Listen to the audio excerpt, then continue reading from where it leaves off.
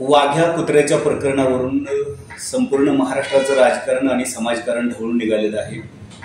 या पार्श्वभूमीवरती बोलण्यासाठीच आता आपल्यासोबत आहेत ओबीसी समाजाचे नेते आदरणीय प्राध्यापक मान्य श्री लक्ष्मण हाके सर।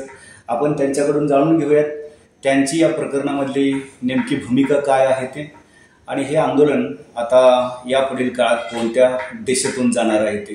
सर्वप्रथम मी माननीय प्राध्यापक श्री लक्ष्मण हाके सर यांचं आपल्या सर्वांच्या वतीने या ठिकाणी स्वागत करतोय आणि तुमच्या मनातले जे प्रश्न आहेत ते सरांना विचारण्याचा मी या ठिकाणी प्रयत्न करतोय। सर, तुम्ही ओबीसींचं आरक्षणाचं आंदोलन सोडून अचानक या प्रकरणामध्ये का उडी घेतली हा प्रश्न आज संपूर्ण महाराष्ट्राला भेडसावतोय आणि तो सर्वसामान्य कार्यकर्त्यांच्याही औत्सुक्याचा विषय या ठिकाणी ठरलेला आहे।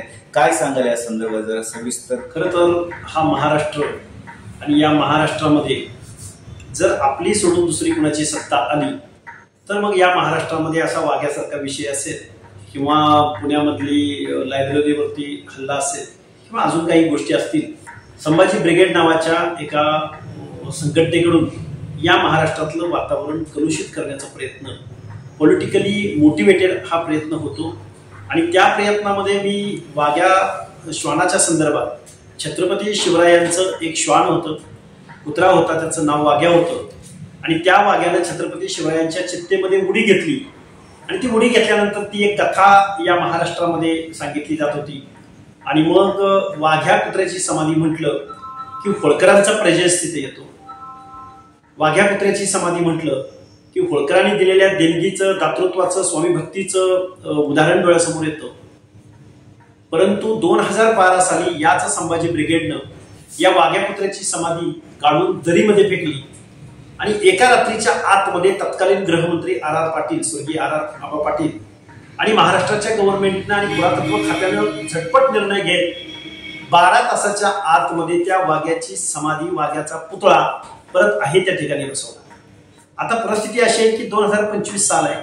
या सालामध्ये देवेंद्र फडणवीसांचं मुख्यमंत्रीपद होणं, सत्ता आपल्या हातून जाणं आणि या महाराष्ट्रामधलं वातावरण आपल्याला परत जर राजकीय दृष्ट्या माघारी परत मिळवायचं असेल तर असे काही प्रश्न या संभाजी ब्रिगेडला लागतात आणि समाजामध्ये विद्वेष निर्माण करणं, समाजामध्ये दुही निर्माण करणं, इतर लोकांचा प्रेझेन्स, इतर लोकांचा इतिहास, इतर लोकांचं कर्तृत्व नाकारणं, इतर लोकांना या महाराष्ट्राचे मालक म्हणजे आम्ही आहोत, या महाराष्ट्राचे जागीरदार म्हणजे आम्ही आहोत, या महाराष्ट्राचे मालक म्हणजे आम्ही आहोत आणि आमचंच चालणार, ही जी काही जात वर्चस्वाची जी भावना आहे या महाराष्ट्रामध्ये, त्या भावनेपोटी या वाघ्या कुत्र्याचा जन्म होतो। आणि सांगताना काय सांगतात, या महाराष्ट्रामधल्या बहुजनांच्या, विशेष करून धनगर समाजाच्या मनामध्ये ब्राह्मण द्वेष पेरण्याचं काम, मग ते श्रीमंत कोकाटे असोत किंवा ब्रिगेडचे सगळे पदाधिकारी असोत किंवा आत्ताचे कोल्हापूरचे संभाजीराजे भोसले असोत, या लोकांनी वाघ्या कुत्र्याचा उगम कुठून झाला तर वाघ्या कुत्र्याचा उगम राम गणेश गडकरींच्या राजसन्यास या नाटकातून झाला, अशा पद्धतीचं कारण सांगितलं। श्रीमंत कोकाटे म्हणतात की ब्राह्मणेतर चळवळ किंवा ब्राह्मणांचा द्वेष म्हणून ब्राह्मणांनी ही कुत्र्याची समाधी तिथं आणून बसवली आणि राजसन्यास नाटकामधून या वाघ्यानं जन्म घेतला, असा या ब्रिगेडी लोकांचा नेहमी दावा असतो आणि मग त्यामधूनच वाघ्या हे प्रकरण पुढे येतं आणि मग या वाघ्यावरून वाघ्याचं प्रकरण पुढे आलं की होळकरांचा प्रेझेन्स येतो, होळकरांचा प्रेझेन्स आला की धनगर समाजाचा प्रेझेन्स येतो, धनगर समाजाचा प्रेझेन्स आला की मग सगळंच त्या वाघ्या संदर्भात, श्वाना संदर्भात, या महाराष्ट्राचं आराध्य दैवत खंडोबा असो तिथं वाघ्याचा प्रेझेन्स आहे। अनेक गोष्टी आहेत। धनगर समाज हा पशुपालक आहे, हा कृषक असणारा समाज आहे। या समाजाचं पशुपक्ष्यांचं आणि प्राण्यांचं एक अतूट नातं आहे, त्यांचा एक संबंध आहे, त्यांच्या भावना त्याच्याशी गुंतलेल्या आहेत, त्यामध्ये आस्था आहे आणि या आस्थेचं प्रतीक म्हणून छत्रपती शिवरायांच्या वाघ्याच्या समाधीकडं या महाराष्ट्रामधला धनगर समाज आणि त्याच्याही पलीकडे जाऊन शेतकरी समाज, त्याच्याही पलीकडे जाऊन छत्रपती शिवरायांना माणसाच्या पलीकडं, देवदेवतांच्या पलीकडं एक आस्थेचं प्रतीक म्हणून म्हणून माणूस बघतो, त्या माणसांच्या आस्थेचा हा प्रश्न आहे। म्हणून आम्ही एक ओबीसी आंदोलक म्हणून, चळवळ्या कार्यकर्ता म्हणून या वाघ्याच्या बाबतीमध्ये आम्ही एक भूमिका घेतलेली आहे आणि त्यांना आम्ही काही प्रश्न विचारले। छत्रपती उदयनराजे भोसले म्हणतात की कोण वाघ्या, वाघ तर एकच होऊन गेला आणि त्यामुळे ते वाघ्याचं अस्तित्व जे आहे तेच नाकारत आहे। नाही, उदयन महाराज आणि संभाजीराजे भोसले यांचं जे काही त्यांनी जे काही प्रश्न उपस्थित केले, खरं तर हे छत्रपती आहेत. आता छत्रपती म्हणलं की दुसऱ्यांच्या आवाजाला म्हणजे देवाच्या काठीला आवाज नसतो, अशा पद्धतीने छत्रपती म्हणलं की तुम्ही आम्ही काय बोलायचं. पण मला त्यांना एक सवाल आहे, जर एका राजसन्यास नाटकामधून जर वाघ्याचा जन्म झाला असेल तर छत्रपती शिवरायांचे नातू प्रथम शाहू महाराज, श्रीमंत शाहू महाराज यांचाही एक खंड्या नावाचा पुत्रा होता, श्वान होता, आणि त्याला शाहू महाराज जहागीरदार म्हणायचे, वतनदार म्हणायचे. त्याच्या नावानं वतन डिक्लेअर केलेलं होतं. आणि त्याचीही एक समाधी मग कृष्णा नदीवरती संगमावरती माहुली या ठिकाणी आहे. मग आता त्या खंड्याचा जन्म कुठल्या नाटकातून झाला असेल? ब्राह्मणेतर चळवळ त्यावेळी होती का? आणि मग या महाराष्ट्रामधलं हे जे वातावरण या वाघ्याच्या नावावरून जे कलुषित करण्याचा प्रयत्न या दोन राजांकडून होतोय, हा खरं तर निषेधार्ह बाब आहे. कारण हा महाराष्ट्र 18 पगड जातींचा महाराष्ट्र. या महाराष्ट्रामधल्या सर्वसामान्य माणसांच्या रयतेच्या प्रश्नाला, भावनेला, आस्थेला हे छत्रपती काही किंमत देणार आहेत की नाही? तर गादीचे वारस म्हणून तुम्ही काहीही बोलणार आहात, गादीचे वारस म्हणून तुम्ही महाराष्ट्रातल्या इतर लोकांच्या भावनेची कदरच करणार नाहीये. तुम्ही पुरातत्व खात्याचे प्रमुख आहात का? तुम्ही इतिहासकार आहात का? कोण आहात तुम्ही? तुम्ही छत्रपती म्हणून जर अशा पद्धतीनं जर लोकांच्या भावनेशी खेळत असाल तर मला वाटतं हे महाराष्ट्राचं दुर्दैव आहे. वाघ्या पुत्रा ही एक दंतकथा आहे किंवा ती केवळ एक कवी कल्पना आहे असं देखील त्या ठिकाणी सांगितलं जातंय. आणि तुम्ही तर दुसऱ्या बाजूला पुरावे जे आहेत ते समोर आणत नाहीये, पुरावे सादर करत नाहीये. मग ही जर काल्पनिक कथा असेल किंवा दंतकथा असेल तर तुम्ही त्यासाठी एवढा आग्रह का? हे बघा, काल्पनिक कथा असण्याचं कारणच नाही. छत्रपती शिवाजी महाराज हयात असतानाच राणी मल्लमानं जी काही शिल्पचित्र रेखाटलेली होती कर्नाटकमध्ये दक्षिण दिग्विजयाला छत्रपती शिवाजी महाराज गेल्यानंतर, त्या शिल्पचित्रामध्ये छत्रपती शिवरायांच्या प्रतिमेबरोबरच एक झेपावणारा पुतळा तिथे दाखवलेला आहे. म्हणजे छत्रपती शिवाजी महाराज हयात असतानाच ते शिल्पचित्र कोरलं गेलेलं आहे. हा एक झाला पुरावा. आपण जर मराठी भाषेचा उगम ज्यावेळी आपण शोधतो त्यावेळी श्रवणबेळगोळचा शिलालेखाचं एक वाक्य आपण डोळ्यासमोर ठेवतो आणि मराठी भाषा तेव्हापासून अस्तित्वात होती आणि त्याला पुरावा म्हणून जर श्रवणबेळगोळचा शिलालेख आपण जर गृहीत धरत असू तर मग छत्रपती शिवरायांच्या वाघ्याच्या संदर्भातलं राणी मल्लमा देवीचं ते शिल्पचित्र पुरावा म्हणून तुम्ही का ग्राह्य धरत नाही? हा मला इथे इतिहासकारांना त्यांच्यासमोर हा प्रश्न विचारतोय. त्याच्यावर नव्यानं तुम्ही संशोधन करावं, पुरातत्व खात्याला एखादी टीम नेमावी. छत्रपती शिवरायांच्या बाबतीमध्ये अशा पद्धतीचं जर काही घडत असेल, मला वाटतं शिवस्मारक जीर्णोद्धार समिती त्यावेळची जी कोणी असेल त्यांच्या हेतूवर शंका घेणारं हे संभाजीराजे भोसले असतील किंवा उदयनराजे भोसले असतील यांचं हे वक्तव्य आहे. कारण ज्यावेळी छत्रपती शिवरायांच्या समाधीचा जीर्णोद्धार होत होता त्याच वेळी या महाराष्ट्रामध्ये छत्रपती शिवरायांचे वंशज काय करत होते हा एक माझ्यासारख्या कार्यकर्त्याला पडलेला प्रश्न आहे. त्याच्यामध्ये होळकर पुढे आले, त्याच्यामध्ये लोकमान्य टिळक पुढे आले, त्यामध्ये महात्मा ज्योतिराव फुले पुढे आले. ही मंडळी काहीतरी छत्रपती शिवरायांच्या ऋणातून आपल्याला मुक्त व्हायचंय. छत्रपती शिवरायांचा इतिहास आपल्याला या महाराष्ट्राला समजावून सांगायचा आहे. म्हणून या समाधीचा जीर्णोद्धार करत असताना त्यांच्या हेतूवर शंका घेण्याचं काम या संभाजीराजे भोसलेंनी केलेलं आहे.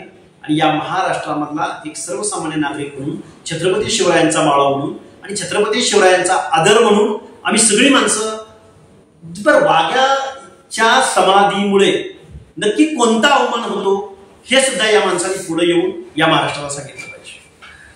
छत्रपती संभाजीराजे म्हणतात की फडणवीस, ठाकरे, पवारांनी पुढे येऊन स्पष्टपणे सांगितलं पाहिजे वाघ्या आहे की नाही, वाघ्या होता की नव्हता. माझं तर असं म्हणणं आहे की फडणवीस इतिहासकार नाहीत, ठाकरे इतिहासकार नाहीत किंवा राजकारणातली ही जी नेते मंडळी आहेत ही काही इतिहासकार नाही. उलट पुरातत्व खात्यानं त्याचं संशोधन करावं. एखाद दुसरे पुरावे असतील तर त्या पुराव्याचा शोध घ्यावा आणि माणसांच्या भावनेशी खेळू नये असं माझं साधं मत आहे. संभाजीराजे छत्रपती या ठिकाणी वारंवार अल्टिमेटम देत आहेत की तो अमुक तारखेपर्यंत हटवा. संभाजीराजे छत्रपतींच्या त्या वक्तव्याला गांभीर्याने कोणी घेऊ नये. शिवेंद्रराजे भोसले त्यावरती व्यक्त झालेलेच आहे. हे बघा, त्याने विशाळगडावरती ज्या दिवशी समाधीचं नासधूस केली त्यांनी एका बाजूला चिथावणी देऊन त्या विशाळगडावरचं अतिक्रमण काढायला लावलं आणि त्याच ठिकाणी याच संभाजीराजे भोसलेंचे वडील छत्रपती शाहू महाराज जाऊन तिथल्या लोकांची माफी मागतात. मग हे जर संभाजीराजे भोसले हे जर अशा वक्तव्य करून जर इतर लोकांना माफी मागायला लावणार असतील तर मला वाटतं हे वर्तन छत्रपतीच्या वारसाला किंवा छत्रपती म्हणून घेणाऱ्या लोकांना शोभणारं अजिबात नाही.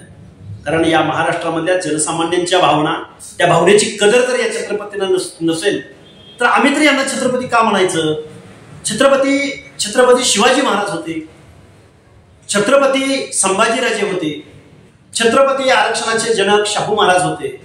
आणि जर तुम्ही मग छत्रपती म्हणून घेणार असाल, गादीचा वारसा सांगणार असाल तर मला वाटतं या महाराष्ट्रातल्या जनसामान्यांच्या मनामध्ये काय भावना आहे याची जर दखल यांना घ्यायची नसेल, जर यांना देणं घेणं नसेल तर मला वाटतं हे छत्रपतीच्या वारसांना न शोभणारं ही वर्तवणूक आहे.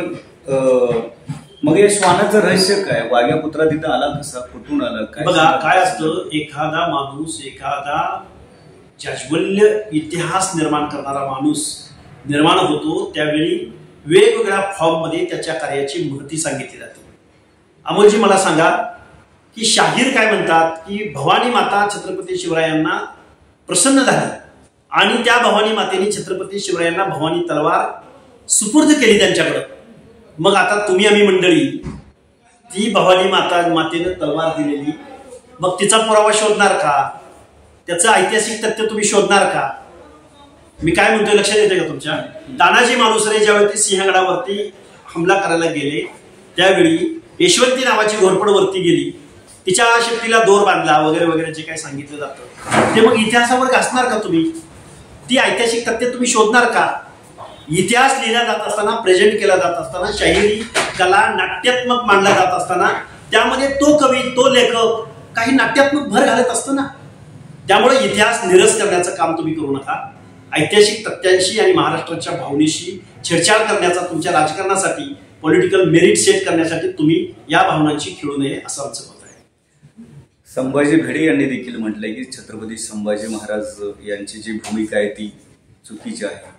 हे बघा, ज्या लोकांनी छत्रपती शिवरायांच्या प्रती मेहनत घेतलेली आहे, डिवोशन, डिटर्मिनेशन, त्यांचा इतिहास समजावून सांगणं, इथल्या नवीन पिढीच्या मनामध्ये शिवकाल निर्माण करणं, अशा क्षेत्रामध्ये काम केलेल्या माणसांचा तो अधिकार आहे. त्या अधिकाराबद्दल आपण न बोललेलं बरं.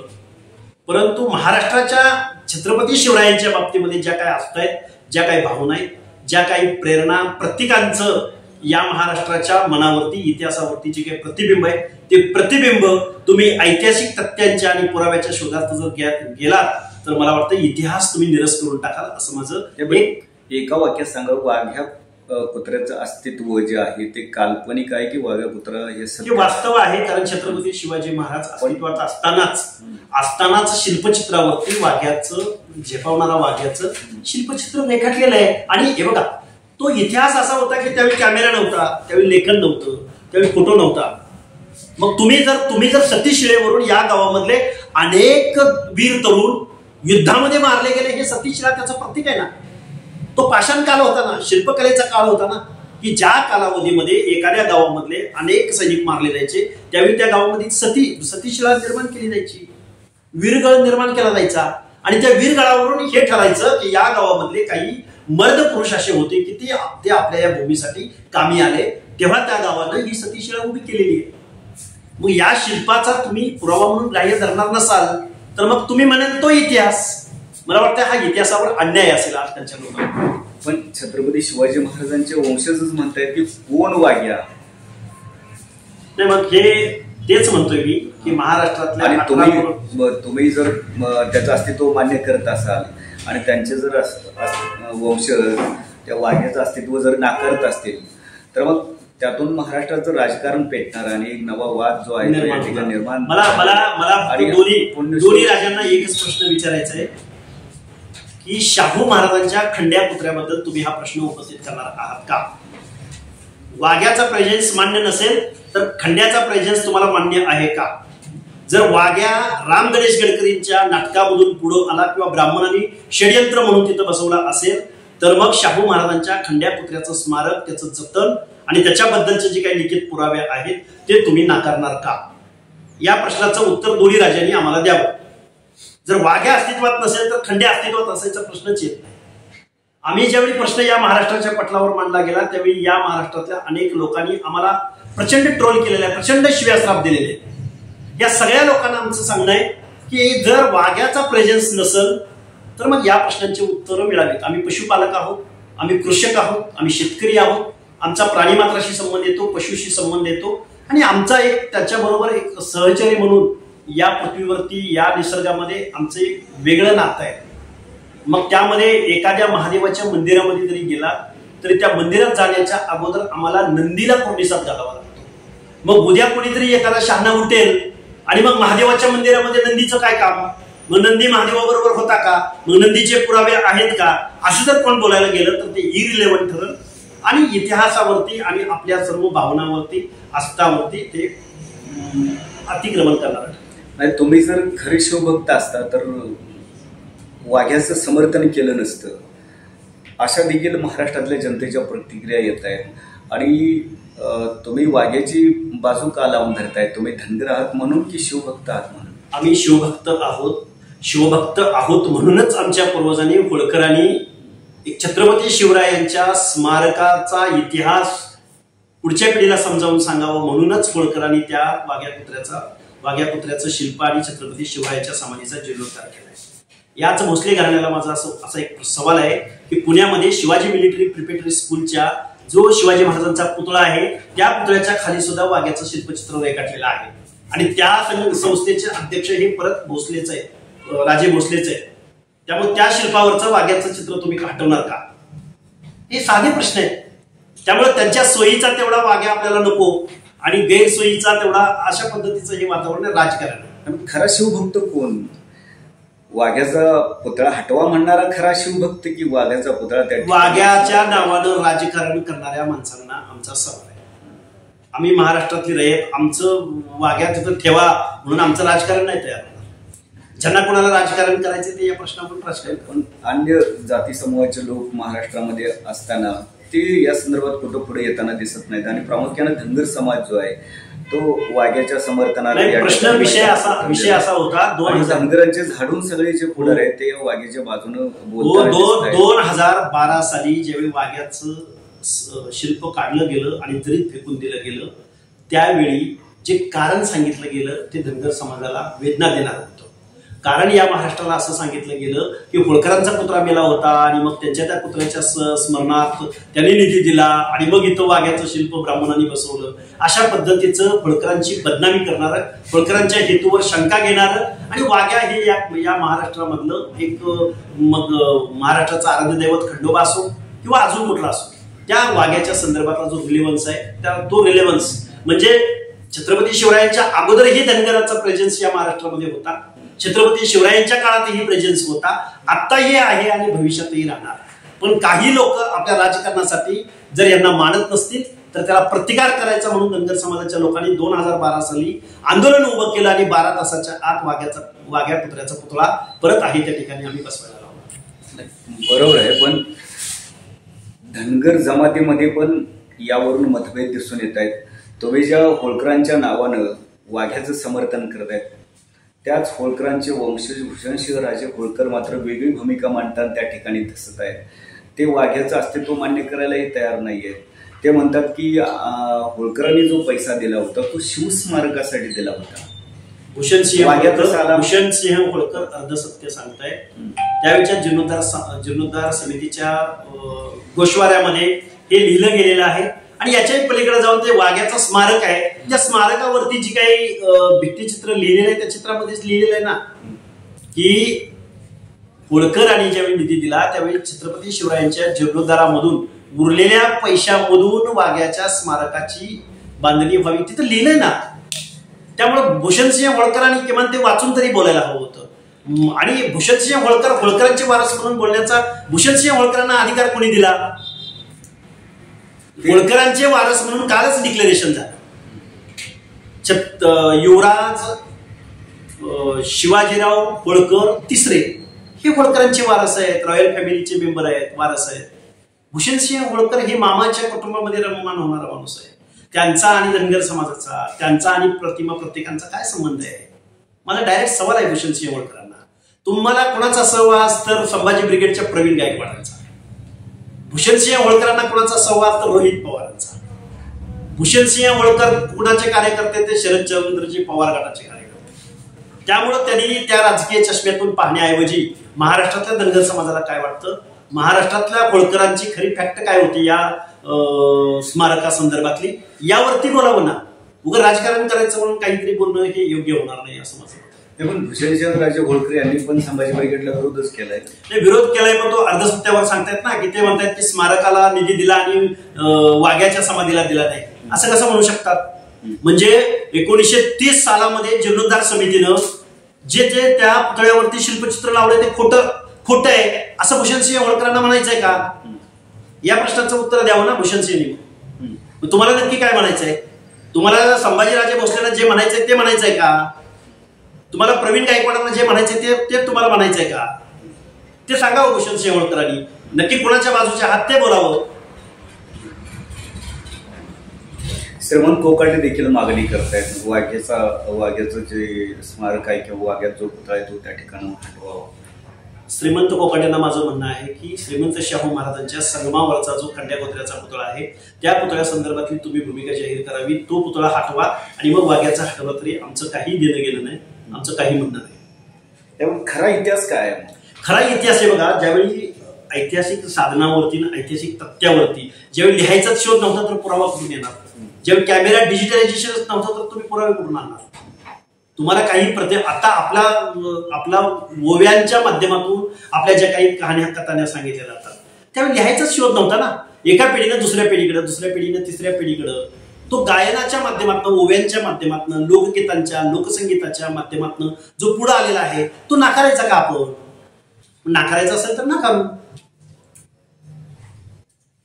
ज्येष्ठ इतिहास संशोधक प्राध्यापक डॉक्टर जयसिंगराव पवार यांनी देखील म्हटलंय की वाघ्याचं स्मारक त्या ठिकाणाहून हटवलं जावं, वाघ्याचा पुतळा जो आहे तो काढून टाकण्यात यावा. हे बघा, आमचं म्हणणं असं आहे, जयसिंगराव पवार म्हणजे पुरातत्व खातं नाही. जयसिंगराव पवार हे इतिहासक आहेत. त्यांना महाराष्ट्रातल्या 12-13 करोड जनतेच्या मताचं देणं घेणं नाही. ऐतिहासिक तथ्य काही सत्य असो, इतिहासाच्या कसोटीवर टिकणारा असो अथवा नसो, मला एका प्रश्नाचं उत्तर द्या. म्हणजे तुम्ही आम्ही आत्ता म्हणूनच प्रभू रामचंद्राचं मंदिर तिथं अयोध्येत बांधलं ना. मग आता सोन्याची लंका, कुठं आहे सोन्याची लंका? आहे का सोन्याची लंका? या ऐतिहासिक तथ्यावरती लंका टिकेल का? जर रामायण काळातले जर पुरावे शोधायचे म्हटलं तर ऐतिहासिक पुरावे तुम्हाला मिळतील का? तुमची भावना आणि आत्ता म्हणून तुम्ही काही गोष्टी करताय ना.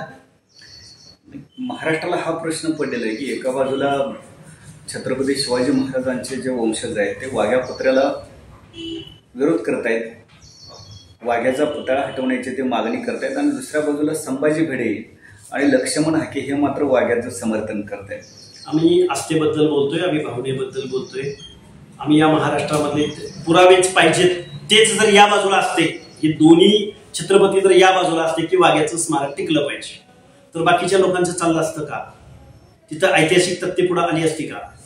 भवानी मातेने छत्रपती शिवरायांच्या हातात तलवार दिली, मी परत एकदा सांगतोय. त्याचं ऐतिहासिक तथ्य काय, पुरावा काय, आणि तो कसा आपण शोधायचा? तुकाराम सदेह वैकुंठाला गेले, ह्याचा पुरावा कसा द्यायचा? काही लोक म्हणतात की त्यांच्या बाबतीमध्ये, त्यांच्या मृत्यूच्या बाबतीमध्ये काहीतरी अनैसर्गिक कृत्य घडलं, त्याला त्यांच्यावर वधाचा काही जणांवरती आरोप केला जातो, आणि काही लोक म्हणतात की ते सदेह वैकुंठाला गेले. मग आता कुठला ऐतिहासिक पुरावा तुम्ही आम्ही मांडायचा? त्यामुळे माणसांच्या भावना, प्रतीक, आस्था या गोष्टीचा सुद्धा विचार करावा. महाराष्ट्रामध्ये सामाजिक दुही निर्माण होईल, महाराष्ट्रामध्ये असुरक्षितता निर्माण होईल, असं कुणी वागू नये असं वाटतं. राजे भूषणसिंह होळकर यांनी जी मागणी केलेली आहे की होळकरांनी जो निधी दिला होता तो रायगडावरील छत्रपती शिवाजी महाराजांच्या स्मारकासाठी दिला होता, आणि त्या ठिकाणी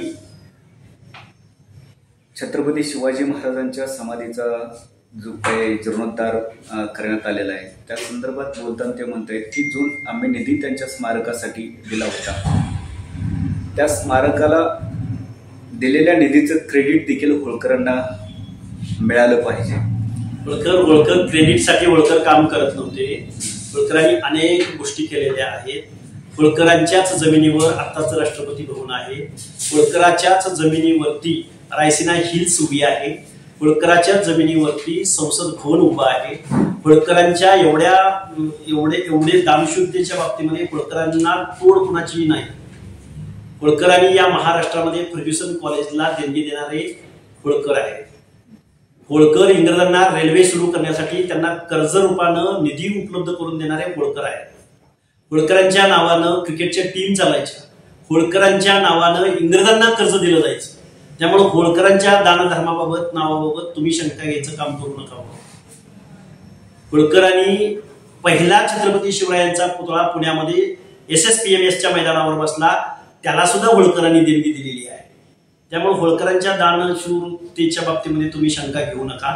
फक्त होळकरांच्या नावानं तुम्ही बदनामी करण्याचं काम करू नका असं आमचं म्हणणं आहे. महाराष्ट्रामध्ये जवळपास 6742 जाती असताना एकट्या धनगर जमातीचे लोक रस्त्यावरती उतरून यासाठी मोर्चे काढतायत, निवेदन देत आहेत, संघर्ष करताना दिसत आहेत. नाही, होळकरांचा प्रेझेन्स आहे ना, धनगरांचा प्रेझेन्स आहे. सांगतो बघा, रायगड किल्ल्याच्या भोवताली जेवढी 6 गाव आहेत ती धनगर समाजाची. हो, त्या रायगडावरती जो इतिहास घडला, जो रणसंग्राम घडला, ज्या गोष्टी घडल्या त्याचा पुरावा म्हणून होळकरांची गाव आहेत सगळी. होळकरांना मानणारी म्हणजे धनगरांची गाव आहे ती त्या काळातही होती ना, आजही आहे. म्हणून मी तुम्हाला सांगितलं ना, छत्रपती शिवरायांच्या अगोदरचाही प्रेझेन्स धनगरांचा आहे. छत्रपती शिवरायांच्या काळातही प्रेझेन्स त्यांचा होता, आजही आहे आणि उद्याही राहणार. त्यामुळे त्यांचा प्रेझेन्स नाकारून तुम्ही कुठला इतिहास कुणाला सांगायला चाललाय? मग इतिहास तुम्ही ओबीसीचं आंदोलन सोडून अचानक या प्रकरणामध्ये उडी घेतल्यानंतर महाराष्ट्रामध्ये जे हा संस्कृतीचा इतिहास आहे ना. आम्हाला आम्ही मांडणी करत असताना ऐका, लक्ष्मण नाईक यांना या ठिकाणी देवेंद्र फडणवीस यांनी पुढे केलेलं आहे असं देखील तुमच्यावर. आमचं म्हणणं असं आहे की बेहेरजी नाईकाच्या समाधीचा सुद्धा जीर्णोद्धार झाला पाहिजे. बेहेरजी नाईक खेळ खात्याचे प्रमुख होते की नाही? संभाजीराजे भोसले रायगड संवर्धन समितीचे प्रमुख आहेत. 600 कोटी रुपये त्यांना दिलेले. त्यांना बेहेरजी नाईकाची कधी आठवण येते का? जीवा महाले शिवा काशीदांची कधी आठवण येते का? त्यांना हिरोजी इंदलकरांची कधी आठवण येते का? त्यांना तानाजी मालुसरे जे लढले त्यांची कधी आठवण येते का? कारण हे सगळे बहुजन समाजातले होते म्हणून का?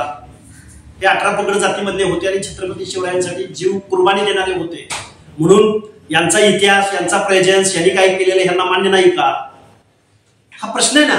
राजकारणासाठी जर कोणी वाघ्याचं भांडवल करू पाहत असेल तर त्याला आमचा विरोध आहे. तुम्ही ओबीसीचं नेतृत्व करतायत, त्याला कोणाचा विरोध नाहीये. पण तुम्ही आता अचानक या प्रकरणामध्ये उडी घेतल्यामुळं महाराष्ट्रातील जनतेचं असं म्हणणं आहे की लक्ष्मण हाके हे आता सरकारची वकिली करतायत. ओबीसींचा ऊर्जा स्रोत नाहीत का? होळकर असतील किंवा मी आता सगळ्यांची नावं घेतली. आम्ही जीवा महालेची जयंती, शिवा काशीदाची जयंती साजरी नाही करत. आम्ही बेहेरजी नाईकांची, उमाजी नाईकांची जयंती नाही का साजरी करत. आज आम्ही तानाजी मालुसरेंची जयंती साजरी करायची का नाही? छत्रपती घराण्याचं आणि या मराठी साम्राज्याचं रॉयल्टी फक्त संभाजीराजे भोसले आणि उदयनराजे भोसलेंनाच मिळणार का? या वारसांना मिळणार का नाही मिळणार? आम्ही एकत्र कुठल्या क्षणाला यायचं? आम्ही एकत्रित येऊन आमचा इतिहास आमच्या लोकांना सांगून लोकांना एकत्र करायचं का नाही करायचं? का फक्त इतिहास यांना आणि आम्ही बिन इतिहासाचे आहोत का? आम्हाला काहीच मागं रूट्स नाहीत का, मूळ नाहीत का? हा प्रश्न आहे ना आमचा त्यांच्यासमोर. संभाजीराजे छत्रपती यांनी ज्या पद्धतीनं पत्रव्यवहार केला राज्य आणि केंद्र सरकारशी, तसा तुम्ही पत्रव्यवहार करू शकला असता. आम्ही बोललोय मीडियाच्या माध्यमातून, मुख्यमंत्र्यांपर्यंत आमच्या भावना पोहोचवलेल्या आहेत आणि मुख्यमंत्र्यांनी त्याला रिप्लाय पण दिलेला आहे. त्यामुळे आम्ही पत्रच लिहिलं, तिथं आहे ना पुरातत्व खातं. कुणी कुठल्या मुख्यमंत्र्याला पत्र लिहिलं म्हणून तो लगेच तिथं स्मारक काढलं जाणार आहे हे कुणी सांगितलं? जर काढायचं असतं तर 2012 सालाला 12 तासाच्या आत तिथं वाघ्याचं स्मारक बसवलंच गेलं नसतं ना. त्यामुळे हा विषयच उडत नाही. हे कायद्याचं राज्य आहे, इथं कायदा चालतो, इथं कोणाची मनमानी चालते का? आणि जर मनमानी चालायला लागली या महाराष्ट्रामध्ये, जर मनमानी चालायला लागली तर कोणी उठेल आणि मग कोणी कोणाचा पुतळा काढत बसेल. तसं चालेल का महाराष्ट्रामध्ये? देशभरामध्ये चालेल? उद्या आमची सत्ता आली म्हणून आम्ही कोणाचे पुतळे काढत सुटायचं का? इथं वेग आर्किओलॉजी म्हणून, एक पुरातत्व खातं म्हणून एक असतं. पण ज्या पद्धतीने त्यांनी मुख्यमंत्र्यांशी पत्रव्यवहार केलेला आहे, अगदी त्या पद्धतीने तुम्ही पण पत्रव्यवहार प्रेस केली. तुम्ही मुख्यमंत्र्यांना या प्रश्नावर प्रेस केलेली आहे. पण प्रेस मीडियाशी बोलला तुम्ही, सरकारशी काय डायलॉग झालेले, पुरातत्व विभागाशी, पुरातत्व विभागाला ते जरा दर्शकांना, पुरातत्व खात्याशी कोणाला भेटला? आम्ही प्रेस झाल्यानंतर ऑनलाईन पुरातत्व खात्याला निवेदन दिलेलं आहे, मुख्यमंत्र्यांना निवेदन दिलेलं आहे, परत रायगडच्या पालकमंत्र्यांना निवेदन दिलेलं आहे. आम्ही जवळजवळ 5 ते 6 निवेदनं शासनाला ऑनलाईन पाठवलेली आहेत आणि मीडियाच्या माध्यमातून तमाम महाराष्ट्रामधल्या सगळ्या लोकांना आव्हान केलेलं आहे. त्या आव्हानाला प्रतिसाद म्हणून मुख्यमंत्र्यांनी त्यावरती 2 ते 3 वेळा प्रतिक्रिया दिलेली आहे. शिवेंद्रराजे भोसलेंनी प्रतिक्रिया दिलेली आहे. महाराष्ट्रातल्या दोन्ही उपमुख्यमंत्र्यांनी प्रतिक्रिया दिलेल्या आहेत. त्यामुळे आम्ही कायदा आणि व्यवस्था अबाधित असलेल्या सरकारवर आम्ही आता बिलीव्ह करत आहोत. नाही झालं तर मग इथून पुढच्या कालावधीमध्ये कोणी उठेल आणि कुणाचाही इतिहास पुरावा द्या, नाहीतर आम्हाला मान्य नाही असं म्हणत बसेल, अनागोंदी निर्माण होईल. पण वाघ्या कुत्रा हा इतिहासाला कलंक आहे म्हणून एका बाजूने नरेटिव्ह सेट केलं जातं. काय कलंक आहे? वाघ्यानं काय कुणाचा चावा घेतला? वाघ्यानं कुठल्या जातीचा, कुठल्या धर्माचा, कुठला द्वेष पसरवला? काय केलं नक्की? आपल्या स्वामीच्या चित्तेमध्ये उडी घेणारा स्वामी भक्त एक मोका प्राणी, मोका जीव, याच्यातून कुठला द्वेष निर्माण होतो? काय कलंक निर्माण होतो? आणि वाघ्या कलंक असेल तर परत एकदा मी तुम्हाला प्रश्न विचारतो की शाहू महाराजांचा खंड्या पण कलंक होता का? तो का तिथं प्रेझेंट आहे? त्याचं स्मारक का जतन केलं जात आहे? त्याच्या नावाने का वतन डिक्लेअर केलं जात आहे? आणि छत्रपती शिवरायांच्या वंशजांचं आणि वाघ्या, खंड्या किंवा श्वानाचं काय वैरवीर आहे का कलंक म्हणून तुम्ही आम्हाला सांगताय? पण हे प्रकरण आत्ताच का पुढे आले? राजकारणासाठी आले. ज्यावेळी शरदचंद्रजी पवार सत्तेमधून बेदखल होतात त्यावेळी असे राजकीय, सामाजिक विद्वेष निर्माण करणारे, पोलरायझेशन करणारे काही विषय ते पुढे काढतात आणि राजकारण सुरू होतं. हे महाराष्ट्राला माहिती आहे. पुतळ्यावरून राजकारण करणं ही म्हणजे राजकारणाची कोणती पद्धत आहे का? तुम्हाला पण तेच आहे? या राजकारणाचा एक भाग आहे. पत्र कोणी लिहिलं, आव्हान कोणी केलं, अल्टिमेटम 31 मेचा कोणी दिला? म्हणजे 31 मेला देशाचे पंतप्रधान महाराष्ट्रात आहेत आणि अहिल्यादेवी होळकरांच्या जयंतीला त्यांची उपस्थिती आहे. मग त्याच वेळी महाराष्ट्रामधलं वातावरण कलुषित करणं हा संभाजीराजे भोसलेंचा हेतू होता का? 31च तारीख त्यांनी का निवडली? मग राजकारण कोण करते? आम्ही राजकारण करतोय का संभाजीराजे भोसले राजकारण करतोय? हा खरं तर प्रश्न त्यांना विचारायला. पण यापुढील म्हणजे तुमची लढाईची दिशा कशी असणार आहे का? यापुढची लढाईची दिशा आमची अशी असेल, आम्ही भूतकाळामध्ये होतो छत्रपती शिवरायांना तोरणा किल्ला, पहिला किल्ला ज्या धनुजी धनगरानं दिला, धनुजी गोरे ठिकडा म्हटलं जातं, ज्या धनुजी धनगर जो आदिलशाह वगैरे त्यांना महिष टिक्का भरायचा, की ज्यांच्या नावानं सह्याद्रीची पर्वत रांग होती, चौपेर, त्या माणसानं पहिला किल्ला छत्रपती शिवरायांना स्वराज्यासाठी दान दिला आणि छत्रपती शिवरायांच्या स्वराज्याचं तोरण बांधलं गेलं. हा इतिहास कधी संभाजीराजांनी या महाराष्ट्राला सांगितला का? काही इतरांचं कर्तृत्व अमान्य करायचं आणि आम्ही तेवढे शहाणे असं या महाराष्ट्रामध्ये सांगायचंय का त्यांना? हा आमचा एक कार्यकर्ता म्हणून, एक सामाजिक कार्यकर्ता म्हणून आमचा सवाल आहे ना त्यांना. इतिहास लिहिला गेला पाहिजे ना. तुम्ही बामणांच्या नावानं, ब्राह्मणांच्या नावानं द्वेष पसरवणार आणि बहुजनांना इकडं लुटणार, हे कुठलं राजकारण? एकाच वेळी तुम्ही ब्राह्मणाला दोष देता, दुसऱ्या वेळी तुम्ही ओबीसी मधल्या माळ्याला दोष देता, तुम्ही वंजाऱ्याला दोष देता, धनगराला दोष देता, कुणाचंही नेतृत्व मान्य करत नाही तुम्ही. या गोष्टी आहेत ना आणि राजकारणासाठीच इतिहासाचा आधार घेतला जातोय असं मला वाटतं. धनगर आणि मराठा समाजामध्ये भांडणं लावण्याचा हा प्रयत्न केला जातोय का? आणि हा उद्योग कोण करते असतो? मला बघा, जी लोक सत्तेतून बेदखल होतात त्यावेळी अशा पद्धतीचं वातावरण या महाराष्ट्रामध्ये होतं. यशवंतराव चव्हाणांनी या महाराष्ट्रामध्ये सांगितलेलं होतं की या महाराष्ट्राचं राजकारण आहे का? बरोबर. या महाराष्ट्राचं राजकारण एकतर पवार, पाटील, देशमुख यांच्या वाड्यावरून चालेल, नाहीतरी महाराष्ट्राचं राजकारण 18 पगड जातीच्या धनगरांच्या वाड्या वस्त्यावरून चालेल. चोळीला चोळी, खणाला खण आणि मानाला मान आणि सन्मानाला सन्मान देण्याची भाषा, या महाराष्ट्राचा सुवर्ण कलश ज्यावेळी यशवंतराव चव्हाणांनी महाराष्ट्रात आणला त्यावेळी त्यांची ही भाषा होती. मग आता 2025 सालामध्ये तो मान, तो सन्मान, ती इज्जत, ती इब्रत या गावगाड्यातल्या 18 पगड जातीच्या लोकांना या लोकांनी दिली का? एका बाजूला ब्राह्मणेतर चळवळ उभी केली, ब्राह्मणांचा द्वेष पसरवला या महाराष्ट्रामध्ये, बहुजन म्हणून सत्ता ताब्यामध्ये घेतली. मग कारखानदारीच्या माध्यमातून, शिक्षण संस्थेच्या माध्यमातून, कोऑपरेटिव्ह सेक्टरच्या माध्यमातून प्रत्येक तालुक्याला 2-2, 3-3, 4-4 सरदार, वतनदार निर्माण झाले. गावगाड्यामध्ये भांडायला या सगळ्या लोकांना लावलं. पण महाराष्ट्राच्या विधानसभेत जायची वेळ आली त्यावेळी तेच, देशाच्या संसदेत जायची वेळ आली तेव्हा तेच, महाराष्ट्राचे मुख्यमंत्री व्हायची वेळ आली की तेच, कारखाने वाटायची वेळ आली की तेच, संस्था वाटायची वेळ आली की तेच, पैसे वाटून घेण्याची वेळ आली की तेच, डीसीसी बँकांचे अध्यक्ष होण्याची वेळ आली की तेच, आणि तुम्ही आम्ही मात्र प्रजा मात्र त्यांनी जी दिलेली आहे सजा ती सगळेजण तुम्ही आम्ही भोगतो. योगेश केदार यांनी देखील तुम्हाला चॅलेंज केलं होतं. योगेश केदार कोण, मी त्याला ओळखतही नाही. काय असे कोणी उठत असतात, बोलत असतात. ज्यावेळी एखाद्या बहुजनांच्या मान सन्मान, इज्जतीचा, इतिहासाचा, संस्कृतीचा आवाज कोणतरी उठवण्याचा प्रयत्न करतो त्यावेळी त्याला बदनाम केलं जातं. त्यात वावरू वाटायचं काहीच कारण नाही. त्याला फुले शाहू आंबेडकर चुकले नाही तर माझ्यासारख्या कार्यकर्त्याचं काही घेऊन नसलं. पण आता सरकारला तुम्ही काय आव्हान करणार? सरकारला सांगेन, महाराष्ट्रामधला कुणीतरी उठतो, झुंडशाहीच्या जोरावर काहीही बोलतो म्हणून या महाराष्ट्रातल्या 12-13 करोड जनतेचे मुख्यमंत्री असल्यासारखं या महाराष्ट्राच्या मुख्यमंत्र्यांनी कायद्याचा खमक्या या अशा विघ्न संतोषी मंडळींना दाखवा. पण वाघ्याचा पुतळा हटवण्यासाठी जर आंदोलक रस्त्यावरती उतरले तर तुम्ही काय करणार? कायदा आणि सुव्यवस्था बघून घेईल ना, इथं मोगलाई थोडीच लागली. ठीक आहे. तर हे होते माननीय प्राध्यापक श्री लक्ष्मण हाके सर, आणि यांनी आपल्या सर्वांना वाघ्या संदर्भातली त्यांची जी भूमिका आहे ती सांगितलेली आहे. त्यामुळं प्राध्यापक लक्ष्मण हाके सर यांच्या भूमिकेवरून जे काही प्रश्न निर्माण झाले होते त्याची थोडीफार उत्तरं आपल्याला या मुलाखतीमधून नक्कीच मिळाली असतील.